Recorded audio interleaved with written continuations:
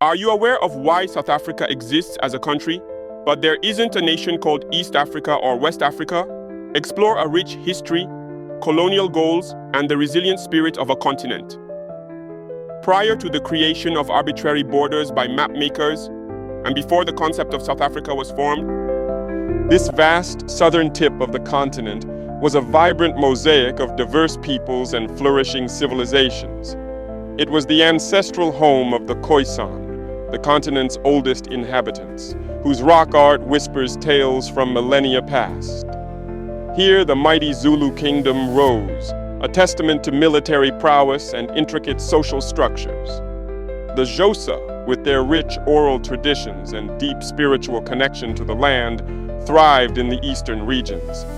Further inland, the Soto and Swala peoples established sophisticated chiefdoms, their communities built on intricate kinship ties and sustainable agricultural practices. Each nation possessed its own distinct language, unique customs, and a profound sense of identity rooted in their ancestral territories. Their names for these lands were not mere geographical markers. They were declarations of belonging, echoing the spirits of their ancestors and the rhythms of nature.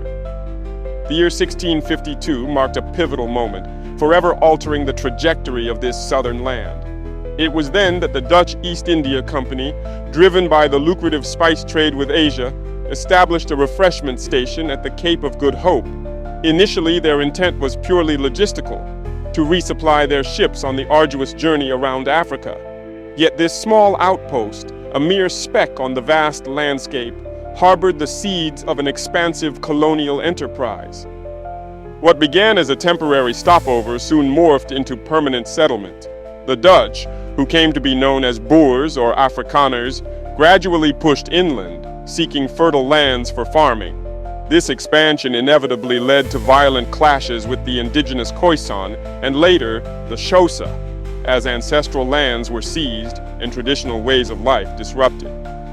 The Cape became a frontier of conflict, where European agricultural practices and land ownership concepts clashed irrevocably with established African communal systems. As the 18th century waned and the 19th century dawned, a new imperial power cast its gaze upon the Cape: Great Britain. Amidst the tumultuous Napoleonic Wars in Europe, the strategic importance of the Cape as a gateway to the East became undeniable. Britain seized the colony from the Dutch, solidifying its naval dominance and setting the stage for a century of complex interactions and conflicts.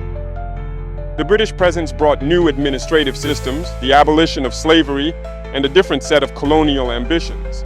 Tensions between the British authorities and the Dutch-descended Boers escalated, culminating in the Great Trek of the 1830s, where thousands of Boers migrated inland to escape British rule, further dispossessing African communities in their path. This period was not about the welfare or dignity of the African inhabitants. It was a relentless struggle for control over resources and strategic advantage between competing European powers. The late 19th century witnessed a transformative discovery that irrevocably reshaped the future of the region. Diamonds in Kimberley in 1867, followed by the colossal gold deposits of the Witwatersrand in 1886. These mineral riches ignited a frenzied mineral revolution, drawing prospectors and fortune seekers from across the globe. The discovery of such immense wealth intensified imperial interest, transforming the region into a focal point of global economic and political ambition.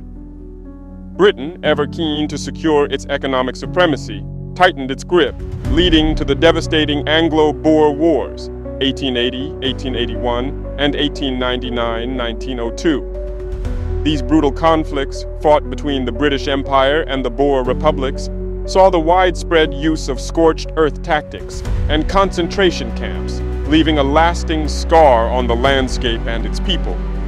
Throughout this period, African communities were caught in a cruel vice, their lands further expropriated, their labor exploited in the burgeoning mines, and their voices systematically silenced amidst the clamor of European power struggles. In 1910, a momentous decision was made by the British Empire. To consolidate their control and streamline administration, they united 4 distinct colonies, the Cape Colony, Natal Colony, the Transvaal, and the Orange Free State into a single political entity, the question of a name for this new union arose. Did they delve into the rich tapestry of African history? Did they consult the elders, the custodians of ancient knowledge and indigenous languages? Did they seek a name that resonated with the spirit of the land and its millions of inhabitants? No. Their choice was strikingly pragmatic, devoid of cultural reverence or historical depth. They simply looked at the map, observed its geographical position, and declared, "This is the southern part of Africa. Let us call it the Union of South Africa." It was a name born of convenience, a label applied from an external perspective, reflecting a colonial mindset that viewed the land as a resource to be managed rather than a homeland with a profound identity. The name was a geographical descriptor, not a cultural affirmation. The Union of South Africa gained nominal independence from Britain in 1931, but true sovereignty for all its people remained a distant dream. In 1961, it formally became the Republic of South Africa, withdrawing from the Commonwealth. Yet this independence was a cruel paradox, as it solidified the power of the white minority government and entrenched the brutal system of apartheid. The name South Africa persisted, a stark reminder of its colonial origins, serving the interests of those who sought to maintain racial segregation and oppression. It was only in 1994, after decades of relentless struggle, immense sacrifice, and the unwavering courage of countless individuals, from the iconic Nelson Mandela to the unsung heroes of the African National Congress and other liberation movements, that South Africa finally achieved true democracy. The world watched as the nation transitioned from apartheid to a non-racial democratic state. Yet, even with this monumental shift, the name South Africa remained. Why did the name not change in 1994? Some argue it was a pragmatic decision, aimed at fostering unity in a deeply divided nation, avoiding the potential for new divisions that might arise from choosing one indigenous name over another. Others suggest it was a matter of global recognition. The name was already established on the world stage, synonymous with the struggle against apartheid.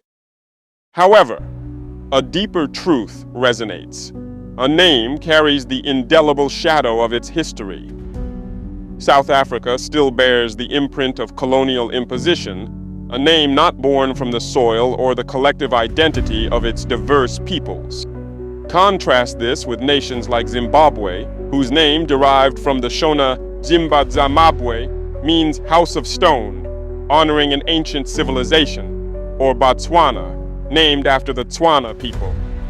These names are rooted in indigenous languages, reflecting the spirit and heritage of their lands. The reason we do not have countries named East Africa or West Africa is precisely because those are geographical regions, not single colonial constructs forced into a unified state under a generic name. West Africa comprises many distinct nations: Nigeria, Ghana, Senegal, each with its own unique colonial past and path to independence. The same applies to East and North Africa. South Africa, however, was a singular colonial creation, its boundaries and name dictated by imperial convenience. Today, South Africa stands as a beacon of resilience, a testament to the triumph of the human spirit over oppression. It is no longer the Union of South Africa, a mere colonial outpost. It is a vibrant, democratic nation, a land where apartheid fell because its people refused to be silenced. Yet the name remains a powerful reminder of its complex past, a constant echo of the historical forces that shaped its very existence. As we reflect on this journey, we are reminded that a name is more than just a label. It is a story, a declaration, a compass for the future. The question for South Africa, and indeed for many post-colonial nations, remains: will it one day choose a name born from its own heart, a name that fully embraces its rich African identity? Or will it continue to carry the name bestowed upon it by those who once ruled? This is a question that resonates across the continent, urging us to reclaim not only our lands, but also the very words by which the world knows us.